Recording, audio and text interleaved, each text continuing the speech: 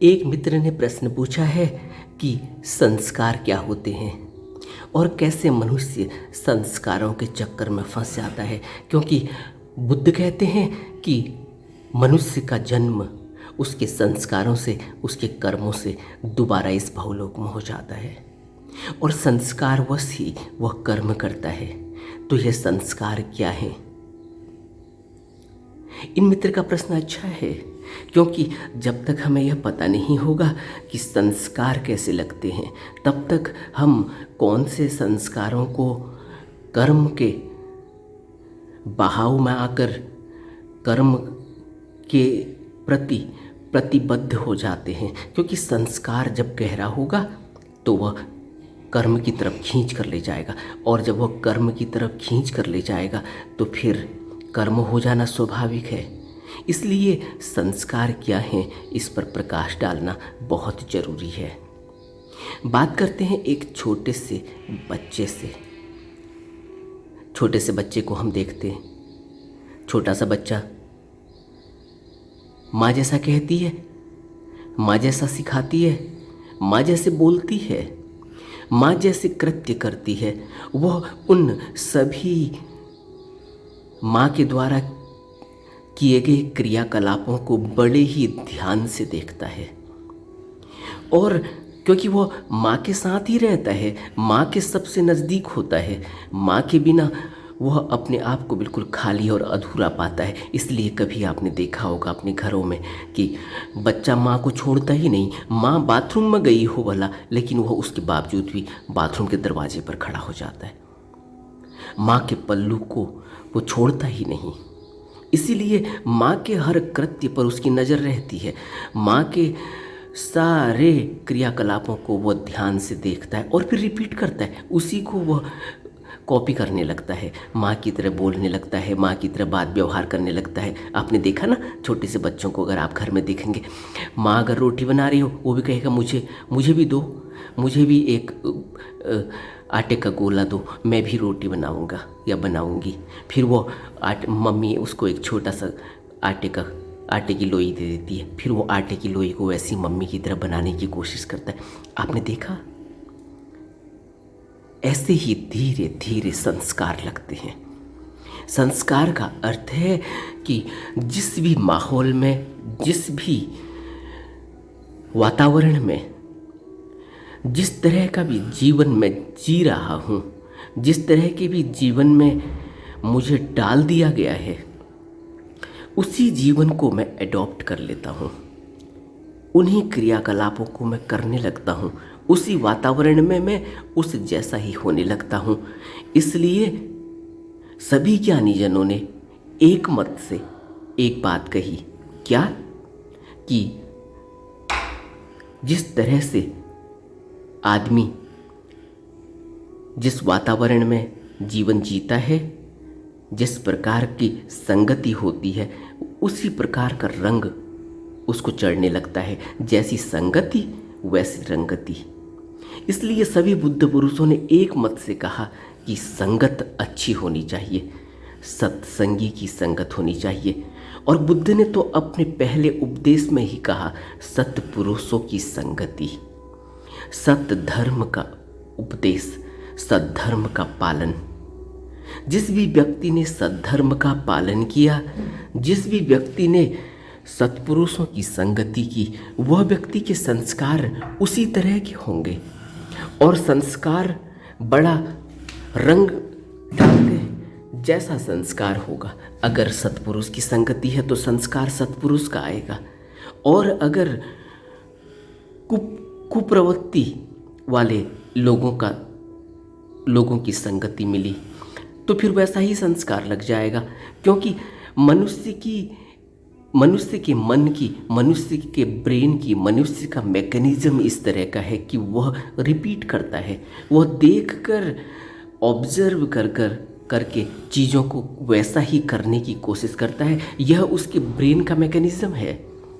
आपने देखा ना, कहते हैं ना कि मनुष्य का जन्म, उससे पहले उसका जो एवोल्यूशन है वह चिंपांजी से या बंदरों से वह इवॉल्व होकर मनुष्य बना है, और बंदर रिपीट करता है, वह देखता है कि कौन कैसा कर रहा है और वैसे ही फिर रिपीट करने लगता है।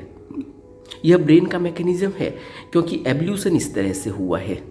इस एवोल्यूशन की थ्योरी को हमने साइंस में बहुत अच्छी तरह से पढ़ा है। और साइंस में पढ़ने की बात नहीं है, जैसे कि मैंने अभी कहा कि घर घर में हम अपने बच्चों को देखते हैं, वो माँ बाप की नकल करते हैं, माँ बाप ने जैसे बोला है उसको रिपीट करते हैं, और धीरे धीरे जब वो समाज में जाते हैं, बात व्यवहार करते हैं, और लोगों से मिलते हैं, स्कूल में जाते हैं, कॉलेज में जाते हैं, बच्चों से संपर्क में आते हैं, तो जिस भी बच्चे की जैसी एक्टिविटीज़ होंगी, जैसी आदतें होंगी, बच्चों के संस्कार तो उनके माँ बापों से ही आ रहे हैं। उन माँ बापों के संस्कारों के हिसाब से अलग अलग बच्चे के अंदर अपनी अलग अलग आदतें हैं, उनके अपना जीने का, जीवन को चलाने का तरीका है। उसी के अनुसार और बच्चे भी उसको कॉपी करने लगते हैं, वैसा ही बनने लगते हैं। इसलिए कहा जाता है कि संगति अच्छी होनी चाहिए। और हम भी अपने बच्चों को कहते हैं ना कि अच्छे बच्चों के साथ रहना, जो पढ़ने वाले बच्चे हैं उनके साथ रहना, जो टॉपर हैं उनके साथ रहना, जिनके अच्छे नंबर आते हैं उनके साथ रहना। इसीलिए कहते हैं जिनकी आदतें अच्छी हों उनके साथ रहना। और हमने यह भी देखा है कि एक बच्चा सिगरेट पीता है, शराब पीता है, और कॉलेज में क्लास में बंक करके बाहर जाके पिक्चर देखता है, मार्केट में घूमता है, शहर में घूमता है, यार दोस्तों के साथ, उन दोस्तों के साथ रहता है जो आवारागर्दी कर रहे हैं। तो हम कहते हैं कि हम अपने बच्चे को देखते रहते हैं कि यह बच्चा किन बच्चों की संगति कर रहा है। क्यों? क्योंकि वैसा ही संस्कार लगेगा। इसको संस्कार कहते हैं। तो जिन मित्र ने ये प्रश्न पूछा है कि संस्कार किसे कहते हैं, कैसे लगते हैं, तो संस्कार इनको कहते हैं। ऐसे ही यह संस्कार ऐसा नहीं है, यह तो मैंने जो आपको बताया कि एक बच्चे के पैदा होने के बाद के संस्कार की बात की, लेकिन पैदा होने से पहले वो पैदा हुआ है, इसका अर्थ ही यही है कि भवलोक में जन्म का अर्थ ही यही है कि पहले से संस्कार है।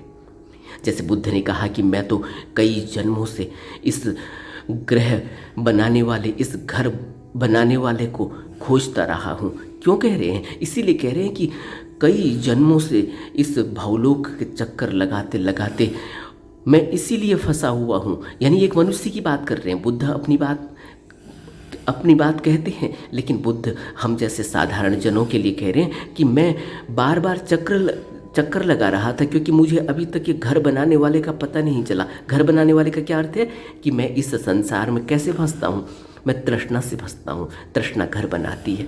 मैं इस संसार में फंसता हूँ अपनी वासना से, क्योंकि वासना घर बनाती है। मैं इस संसार में फंसता हूँ द्वेष से, ईर्ष्या से, काम भोगों से, अकुशल कर्मों से, और ये सभी घर बनाती हैं। घर बनाती का अर्थ है कि बार बार जन्म मरण के चक्र में फंसाती हैं। इसलिए बुद्ध कह रहे हैं कि मैं इस ग्रह बनाने वाले को, इस घर बनाने वाले को, इस ग्रह कारक को मैं कई जन्मों से खोजता रहा, और अब मैंने इसे खोज लिया है, इसलिए अब यह मेरा घर नहीं बना पाएगा।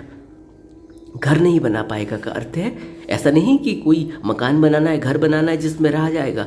बुद्ध यह नहीं कह रहे। बुद्ध कह रहे हैं कि अब यह मेरा घर नहीं बना पाएगा, मतलब मैं अब इस भवलोक में, अब यह मुझे नहीं फंसा पाएगा। अब इस भवलोक में मैं जन्म मरण के चक्र में नहीं फंसूंगा, क्योंकि जन्म मरण के चक्र में फंसने का अर्थ ही है बार बार घर बनाना और बार बार इस भवलोक से मुक्त होने का प्रयास न करना, यहीं फंसे रहना। इसको बुद्ध कह रहे हैं कि मैंने अब इस मार को खोज लिया है, अब यह मार मेरा घर नहीं बना पाएगा, यानी मैं अब इस भवलोक में दोबारा पैदा नहीं होऊंगा। और यही शिक्षा हमको देते हैं कि संस्कार को देखो। संस्कार कई जन्मों से चलते हुए आते हैं। इसलिए बुद्ध कह रहे हैं कि जिसने सत्पुरुषों की संगति की, उसके अंदर जो संस्कार लगेगा सत्पुरुषों का लगेगा। अब हम रोज़ बुद्ध के उपदेश सुनते हैं। मैं रोज़ बुद्ध के कुछ उपदेशों को लेकर आपसे बात कर रहा हूँ। इन बुद्ध के उपदेशों से आपके अंदर एक संस्कार लग रहे हैं। अभी एक मित्र ने मेरे को कमेंट में लिखा है कि गुरुजी, जब से आपके मैंने उपदेश सुने हैं, तब से मेरे जीवन में काया पलट हो गई है, तब से मेरा जीवन बदल गया। मैं बार बार रिपीट करके सुनती हूँ। जीवन में एक आशा की किरण आती है। कैसे आई? संस्कार लगा एक। बार बार बुद्ध के उपदेशों को अपने जीवन में उतारा, बार बार बुद्ध के उपदेशों को कानों से सुना, बार बार बुद्ध के उपदेशों को अमल करने की कोशिश की, बार बार बुद्ध के उपदेशों को अनुशासन में रहकर अभ्यास में लगाया। अभ्यास कौन सा करना है? अभ्यास करना है ध्यान साधना का। और जब हम इसको अभ्यास में लगाते हैं, एक संस्कार पैदा होता है। बार बार बुद्ध के उपदेशों पर जीवन बिताने पर हम अपने आप को कोशिश करते हैं कि बार बार हम इस संसार की जो तृष्णा है, इस संसार की जो वासनाएं हैं, इस संसार के जो काम भोग है, जो हमें बार बार हमारा मन खींच के ले जाता है। क्यों ले जाता है? क्योंकि यह जो बुद्ध जिसको 6 आयतन कहते हैं, 5 इंद्रियां हैं इस शरीर की, आँख है, कान है, नाक है, मुंह है और त्वचा। इन 5 इंद्रियों से मनुष्य संसार में अपना रस खोजता है। और छठा है मन, पूरा मन। इन 6 आयतनों से एक मनुष्य का संसार में फंसाव होता है। वह उस संसार में जो भी लुभावनी चीज़ें होती हैं उनको देखता है, उनको पाने की कोशिश करता है। तृष्णा और यह राग, राग का अर्थ ही है कि किसी के साथ ऐसा लगाव हो जाना और फिर उसको पाने की कोशिश में लग जाना। और जब वो नहीं मिलती तो द्वेष होता है, यानी क्रोध आता है, दुख होता है। और अगर वो मिल जाती है तो फिर मोह जकड़ लेता है, फिर उसको उससे छूटने का मन नहीं होता। और जब वो छूटती है तो फिर दुख होता है। इसलिए बुद्ध कहते हैं कि जब कोई व्यक्ति राग में फंसता है, जब कोई व्यक्ति मोह में फंसता है, जब कोई व्यक्ति क्रोध में फंसता है, तो इस भवलोक से फिर बाहर निकलना मुश्किल हो जाता है। इसलिए बुद्ध के उपदेश जब हम बार बार सुनते हैं तो हमारे अंदर एक संस्कार लगते हैं, अच्छे संस्कार लगते हैं। और वह संस्कार हमें कुशल कर्मों की ओर ले जाते हैं। कुशल कर्मों के बारे में हमने बार बार बात की है, क्योंकि बुद्ध कुशल कर्मों को हमें करने के लिए प्रेरित करते थे कि अकुशल कर्म से बचना चाहिए। एक भिक्षु फूक फूक कर कदम रखता है। वो बार बार किसी भी कर्म को करने से पहले उसको कई बार सोचता है कि कोई भी ऐसा अकुशल कर्म, एक भी अकुशल कर्म ऐसा न हो जो इस भवलोक में फंसने का कारण बन जाए। इसलिए बार बार हमें कोई भी कर्म करने से पहले, कोई भी विचार उठने से पहले उसको पुनर्विचार करना चाहिए। कोई भी कर्म करने से पहले 2 बार और सोचना चाहिए कि इसके परिणाम क्या होंगे।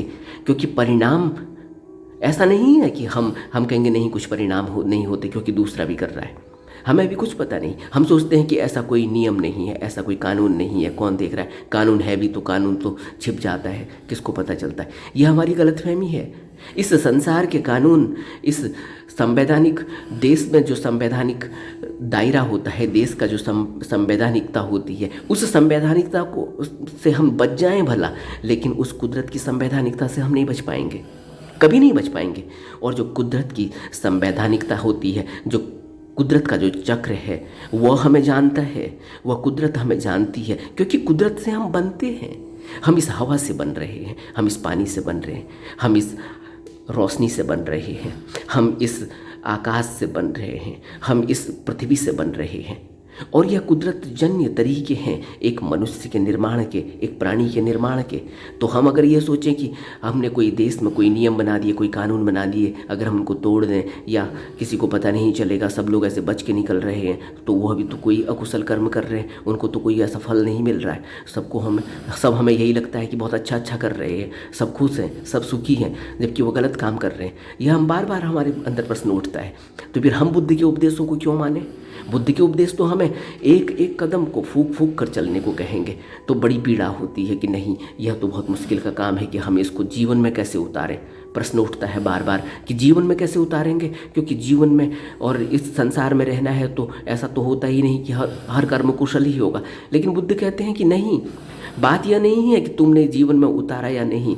तुमने नहीं भी उतारा तो इसका अर्थ यह नहीं कि तुम बच जाओगे। अगर तुमने उतार लिया तो इसका अर्थ यह नहीं कि तुमने कोई नहीं देख रहा है तो तुम किसी को जाकर कहोगे कि मैंने कुशल कर्म किए। तुम कहो, तुम चाहे न कहो, लेकिन कुदरत का एक नियम है। वह कुदरत का नियम अंदर ही बैठा हुआ है। जिस कुदरत से हम बन रहे हैं, जुड़ रहे हैं, बिगड़ रहे हैं, यह कुदरत से हम जुड़े हुए हैं। और यह कुदरत सब जानती है कि कौन सा कुशल कर्म हो रहा है, कौन सा अकुशल कर्म हो रहा है। तो कभी भी यह नहीं सोचना चाहिए कि कौन देख रहा है। कभी भी यह नहीं सोचना चाहिए कि संवैधानिकता से तो लोग बच ही जाते हैं, न्याय प्रणाली से लोग बच ही जाते हैं, सब मज़ा कर रहे हैं, सब आनंद ले रहे हैं। कभी भी इस संसार में कोई आनंद और कोई न्याय प्रणाली से बच जाए भला, लेकिन कुदरत की न्याय प्रणाली से कोई नहीं बच पाएगा। इसलिए जो संस्कार हम यहाँ लगा रहे हैं, वह संस्कार ऐसा नहीं है कि इस जन्म में हम बच गए तो कौन देख रहा है। यह संस्कार जन्मों जन्मों तक पीछा करते हैं। यही तो बुद्ध कह रहे हैं कि संस्कार दोबारा पैदा हो जाता है, यह संस्कार दोबारा भवलोक में ले आता है। इस संसार से संस्कार से दोबारा जन्म हो जाता है। और फिर हम वही कृत्य करते हैं जो पुराने संस्कारों से हमारे साथ एक लकीर की तरह चला हुआ आ रहा है। कल ही एक मित्र से मेरी बात हो रही थी, वो मेरे से कह रहे थे कि अच्छा मुझे यह बताओ कि क्यों मैं ये कृत्य कर रहा हूँ, क्यों मैं अपने गांव में कृत्य कर रहा हूँ, गांव के लोगों से जुड़ा हुआ हूँ, जबकि मैं गांव में रहता नहीं, गांव में मेरा कोई लेना देना नहीं। मैं कई सालों से, पिछले 30-40 साल से मैं घर से बाहर रह रहा हूँ, उसके बावजूद भी मैं फिर गांव चला जाता हूँ, फिर वहाँ कुछ निर्माण कर आता हूँ, फिर वहाँ के लोगों को मैं कुछ दे आता हूँ या उन लोगों से कुछ ले आता हूँ। यह क्या है? यह संस्कार है। जन्मों जन्मों से वह संस्कार पीछा कर रहे हैं, जन्मों जन्मों से वह लोग जिनसे लेना देना है, जिनसे कोई संबंध है, वो फिर सामने, आप सामने, वह सामने ना आए भला, हम उनके सामने जाकर उनसे कहेंगे लाइए, हम उनकी चाय पिएंगे, हम उनका खाना खाएंगे, या वो हमारी चाय पिएंगे, या वो हमसे हमारा खाना खाएंगे, या वो हमारे से मैत्री रखेंगे, या वो हमारे से शत्रुता रखेंगे, या वो हमारी बुराई करेंगे, या वो हमारी बड़ाई करेंगे। यह मान बढ़ाई, यह बुराई कहाँ से अचानक आ जाती है, जबकि हम उस शहर में रहते नहीं, उस गांव में रहते नहीं। यह इसीलिए होता है। और जिस शहर में हम अब रहने लगे हैं, वहाँ भी हमें कोई ऐसा मित्र मिलता है जो जन्मों तक हमारे साथ रहता है, जबकि हमारा उससे कोई रिश्ता नहीं, हमारा उससे कोई नाता नहीं, हमारा उससे कोई गांव से संबंध नहीं। फिर क्यों ऐसा होता है? संस्कार। हम एक देश में पैदा होते हैं और पूरी ज़िंदगी हम दूसरे देश में रहते हैं। ऐसा क्यों होता है? संस्कार। संस्कार उस देश से जुड़ा हुआ है, संस्कार उस देश के लोगों से जुड़ा हुआ है, संस्कार उस देश की मिट्टी से जुड़ा हुआ है। जिस मिट्टी की रोटी, जिस मिट्टी से उगे हुए अनाज से हमने भोजन करना है। तो यहाँ यह इतना कॉम्प्लेक्स, इतनी कॉम्प्लेक्सिटी है, इतना कॉम्प्लेक्स यह कर्मों का मामला है। इसी को तो बुद्ध ने प्रतीत्य समुत्पाद का सिद्धांत कहा, कि ऐसा नहीं है कि एक कर्म बहुत सीधा है कि कोई तुम्हारी माँ बन गई, तुम उसके बच्चे बन गए, तो संबंध इतना ही है। संबंध तो, कर्मों का संबंध तो ऐसा है कि प्रोडक्ट से बाई प्रोडक्ट निकलते हैं। जैसे आपने देखा ना, गन्ने को हम, गन्ना जमीन में उगता है, उसी जमीन से नीम भी उग रही है, उसी जमीन से एक कड़वी चीज़ भी उग रही है, और उसी पेड़ से, उसी पेड़ के बगल में एक इमली का पेड़ है, वहाँ से खट्टी इमली निकल रही है, बड़ा पेड़ बन रहा है। और वहीं बगल में गन्ने का खेत है, गन्ना निकल रहा है, गन्ने में इतनी मिठास है, जबकि धरती एक है, ज़मीन एक है, ज़मीन का पानी एक है, लेकिन मिट्टी एक है। उसके बावजूद भी गन्ने से इतनी मिठास और नीम से इतनी कड़वाहट क्यों? यह बात क्या बता रही है? यह बात यह बताती है कि यहाँ हर व्यक्ति अपने संस्कारों से जुड़ा हुआ है। जिसको बुद्ध बार बार कहते थे कि अगर ज़मीन में आप अगर गन्ना बोएंगे तो गन्ने की फसल आपको मिलेगी। और ऐसा कभी नहीं सोचना चाहिए कि इस ज़मीन में तो हमने गन्ना नहीं बोया, इसलिए हमारी नीम मीठी नहीं हुई। नीम तो आप कहीं भी बोएंगे तो कड़वी ही होगी, क्योंकि वह फल ही कड़वा है, वह बीज ही कड़वा है। इसलिए कभी भी संस्कारों में कोई भी ऐसा संस्कार अपने अंदर नहीं लगाना चाहिए जो अकुशल हो और जिसके परिणाम अनंत जन्मों तक आएंगे। प्रतीत्य समुत्पाद का सिद्धांत कहता है कि कर्म ऐसा नहीं है कि सीधा सीधा जुड़ा हुआ है, वह बाई प्रोडक्ट लेके आता है, और उस बाई प्रोडक्ट से फिर कई प्रोडक्ट और निकल के आते हैं, और वह कॉम्प्लेक्स सिचुएशन इतना जंजाल बन जाता है एक मकड़ी के जाले की तरह, कि जिस तरह मकड़ी जाला बनाती है और पूरे घर में जाला लगा देती है, और फिर उसका जाला इतना बड़ा हो जाता है कि उस जाले में से वो बाहर नहीं निकल पाती, और उस जाले में ही उसकी मृत्यु हो जाती है, वो दम तोड़ देती है, जाले में ट्रैप हो जाती है, जाले में ही फंस जाती है, अपने ही जाले में फंस जाती है। ठीक इसी प्रकार मनुष्य के संस्कार हैं, अनंत जन्मों के संस्कारों का जाला ऐसा बनता है कि फिर वो यहाँ से निकल नहीं पाएगा, और उसे पता भी नहीं चलेगा। वो तो कहेगा मैंने कुछ किया ही नहीं।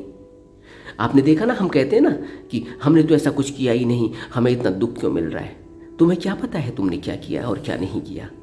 अभी पहले दिन हमने क्या खाया है, या आज सुबह हमने कौन सा नाश्ता किया, इस नाश्ते की हमें याद नहीं। हम इतने तृष्णा और इतने इस संसार की दौड़ में भूल जाते हैं। सुबह का खाना क्या खाया यह भूल जाते हैं, सुबह चाय पी या नहीं यह भूल जाते हैं। यहाँ तक कि कई बार तो आपने देखा होगा कि काम में इतने मस्त हो जाते हैं अपने ऑफिस में या अपने घर में, कि सामने चाय रखी हुई है, खुद बना के रखी है, लेकिन वो चाय ठंडी हो जाती है। बाद में ध्यान आता है, अरे चाय तो ठंडी हो गई, अरे खाना तो ठंडा हो गया। और यह आजकल तो रोज़ होता है। मोबाइल में आदमी लग जाता है, खाना सामने रखा हुआ है, चाय सामने रखी हुई है, या कोई और प्रोडक्ट खाने का सामने रखा हुआ है, और वो मोबाइल में एक मैसेज आया, वो देखने लग गया। मैसेज में देखते देखते देखते देखते कहाँ से कहाँ चला गया, कहीं रिप्लाई करना है, कहीं मैसेज देना है, कहीं फ़ोन करना है, और मालूम पड़ा कि घर का सामने रखा हुआ खाना ठंडा हो गया। जब हम इतनी छोटी सी बात को अपने सामने ही भूल जा रहे हैं, तो उन संस्कारों को जो जन्मों से लगे हुए हैं उनको हम याद कैसे कर पाएंगे, क्योंकि उस जन्म की तो हमें याद ही नहीं। और बचपन से लेके अब तक हमने क्या बो दिया है, क्या हमें याद है? और हम कहते हैं कि हमने तो कुछ किया ही नहीं, हमने तो कोई ऐसा संस्कार किया ही नहीं, हमने तो ऐसा कोई कर्म किया नहीं। तुम्हें क्या पता है? हमें क्या पता है कि हमने कितने लोगों को अब तक गाली दे दी है? आपने देखा ना, एक साधारण सी बात है, कोई दूसरे मजहब का हो, उससे एक मजहब से दूसरे मजहब के लोगों में कोई झगड़ा हो गया, या एक मजहब वाले ने कुछ कर दिया, हम पूरे मजहब को बदनाम कर देते हैं। यह हिंदू तो ऐसे ही है, यह मुसलमान तो ऐसे ही हैं। मतलब पूरी मनुष्य जाति को, करोड़ों अरबों लोगों को हम एक घटना से उसकी तुलना कर देते हैं, और उन करोड़ों लोगों को हम एक आइडेंटिटी बनाकर उन पर वो बात थोप देते हैं। क्या यह हम कौन सा कर्म कर रहे हैं? हमें पता है। और वही करोड़ों अरबों लोग हमारी सेवा कर रहे होते हैं। उसी मजहब का आदमी हमारे घर में हमारा डॉक्टर होता है, उसी मजहब का आदमी हमें स्कूल में पढ़ा रहा होता है, हमारा टीचर होता है। लेकिन हम बेवजह कुछ भी बोल देते हैं, और फिर हम जब हमें उसके दुख भुगतने पड़ते हैं, फिर हम कहते हैं हमने तो ऐसा कुछ किया ही नहीं। जरा गहरे में विचार तो करो। एक आदमी के साथ किसी औरत का झगड़ा हो गया, वो कहते हैं आदमी तो ऐसे ही होते हैं। वो जिसको कह रही है कि आदमी तो ऐसे ही होते हैं, या आदमी कह रहा है औरतें तो ऐसी ही होती हैं, वही जो आदमी कह रहा है औरतें ऐसी ही होती हैं, उसे यह पता नहीं कि उसकी बेटी भी कल को औरत बनने वाली है। वो अपनी बेटी से बहुत प्यार करता है, लेकिन किसी औरत से उसका झगड़ा हो गया, वो कहता है औरतें तो ऐसी ही होती हैं। एक वो सभी औरतों पर इल्ज़ाम लगा रहा है और अपनी बेटी को प्यार करता है। यह आदमी झूठा है। इस आदमी को अभी होश नहीं, इस आदमी को अभी संस्कारों का पता नहीं, इस आदमी को अभी ये क्या बोल रहा है पता नहीं। यह आदमी बेहोशी में है, और यह हम हैं। यह हमारी कहानी है, यह किसी एक आदमी की कहानी नहीं है। इस तरह से हमारा जीवन चल रहा है, और हम कहते हैं कि हमें दुख क्यों है। आप सोचो, हमारे दुख के कारण हैं। इसलिए तो बुद्ध कहते हैं कि दुख ऐसे ही नहीं होता, दुख के कारण होते हैं। इसीलिए बुद्ध कहते हैं कि माता पिता या और दूसरे रिश्तेदार ही आदमी की उतनी भलाई नहीं कर सकते जितनी भलाई उसका सत्मार्ग पर लगा हुआ चित्त कर सकता है।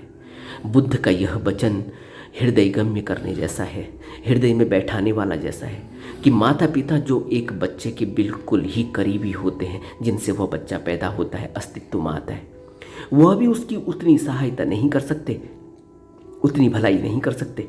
और रिश्तेदारों को तो छोड़ो, और यार दोस्तों को तो छोड़ो, और संसार को तो छोड़ो, माँ बाप भी उतनी सहायता नहीं कर सकते, उतनी भलाई नहीं कर सकते जितनी भलाई सत्मार्ग पर लगा हुआ चित्त कर सकता है। यह बुद्ध के वचन अनूठे हैं। सत्मार्ग पर लगा हुआ चित्त क्या भलाई करता है? कभी यह प्रश्न उठेगा आपके मन में? सत्मार्ग पर लगा हुआ चित्त भलाई करता है, क्योंकि सत्मार्ग पर लगा हुआ चित्त इस भावलोक से मुक्त कर देता है, वह अकुशल कर्मों से मुक्त कर देता है, वह भवबंधनों से मुक्त कर देता है, वह जन्म मरण के इस चक्र से मुक्त कर देता है। इसलिए बुद्ध कह रहे हैं कि माँ बाप भी उतनी भलाई नहीं कर सकते जितना सत्मार्ग पर लगा हुआ चित्त करता है। और सत्मार्ग पर चित्त कैसे लगेगा? जब वो संगति में जाएगा। इसलिए बुद्ध ने कहा कि बुद्धम शरणम गच्छामि, धम्मम शरणम गच्छामि, संघम शरणम गच्छामि। संघ की शरण 24 घंटे की होती है। और बुद्ध की शरण भी, जब तक हम शरीर रूपी बुद्ध की बात करते हैं तो बुद्ध की शरण तो बहुत कम समय के लिए बुद्ध हमारे सामने होंगे, प्रवचन कर रहे होंगे, हम बैठे हैं सुन रहे हैं, फिर बुद्ध अपने आराम में चले गए, विश्राम में चले गए, सदगुरु आराम में चले गए, आपसे मुलाकात नहीं हुई, आप अपने घर में रह रहे हो, गुरु जगह जगह जाकर प्रवचन कर रहे हैं, तो हम रोज़ गुरु के साथ सानिध्य में नहीं होते। लेकिन संघ तो 24 घंटे का होता है। हमारे घर में हमारे माँ बाप हैं, बाल बच्चे हैं, हमारे भाई बहन हैं, यह एक सत्मार्ग पर चलने वाले लोग हैं। अगर सभी सत्संग से जुड़े हुए हैं, अगर सभी बुद्ध पुरुषों से जुड़े हुए हैं, सब ने दीक्षा ली हुई है, सोचो, तो वह सभी लोग क्या हैं? वह संघ की शरण है। और हम उन लोगों से संपर्क रखते हैं जो सत्संगति में जाते हैं, जो सत्संग से जुड़े हुए हैं। तब कहते हैं कि संगत की शरण करनी चाहिए, संगत के साथ रहना चाहिए। इसलिए बुद्ध बार बार हमसे कहते हैं कि जो आदमी बड़ा दुष्कर्म करता है वह अपनी ऐसी ही बुरी हालत कर लेता है जैसी बुरी हालत उसका शत्रु देखना चाहता है। आदमी स्वयं अपना सबसे बड़ा शत्रु है, बुद्ध ने कहा है। क्यों आदमी सबसे बड़ा अपना शत्रु है? क्योंकि उसे पता ही नहीं चलता कि वह अकुशल कर्म कर लेता है, और वो देखा देखी में अकुशल कर्म कर लेता है। वो सोच रहा है कौन देख रहा है, वो व्यक्ति ने भी तो ऐसा किया था, उसका तो बड़ा भला हो रहा है। लेकिन बुद्ध नहीं कहते, बुद्ध कहते हैं कि आदमी स्वयं अपना सबसे बड़ा शत्रु है, क्योंकि वो अपने को ही खुद फंदे में फंसा लेता है।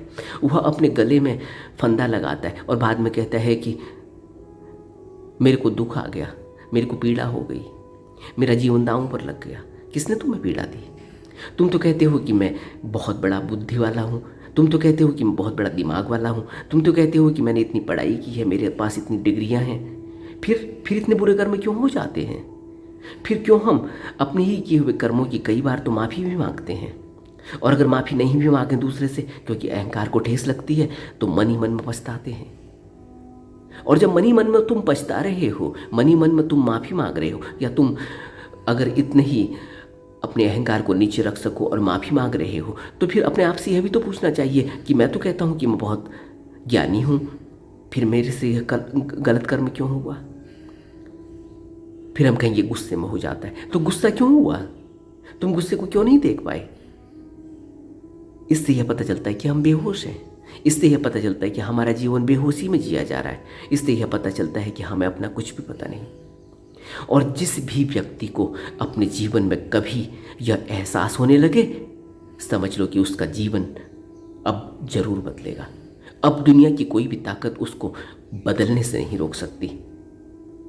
इसलिए बुद्ध कहते हैं कि सत्मार्ग पर जिसका चित्त लगा, वह इस भावलोक से, इस जन्म मरण के चक्र से मुक्त हो जाएगा। और इससे बड़ी भलाई, इससे बड़ा कर्म कुछ भी नहीं हो सकता कि एक व्यक्ति इस भावलोक के चक्र से मुक्त हो जाए, उसकी मुक्ति हो जाए, उसको निर्वाण घटित हो जाए। और बुद्ध कहते हैं जीते जी हो सकता है। इसके लिए कोई मरने की या मरने के बाद की जरूरत नहीं, यह मरने से पहले ही होता है, रोज रोज के अभ्यास से होता है। इसलिए हमें रोज रोज अभ्यास करना चाहिए, रोज रोज बुद्ध के वचनों को अपने जीवन में उतारने की कोशिश करनी चाहिए, रोज रोज आगे को बढ़ना चाहिए, आगे को देखना चाहिए। नमो बुद्धाय।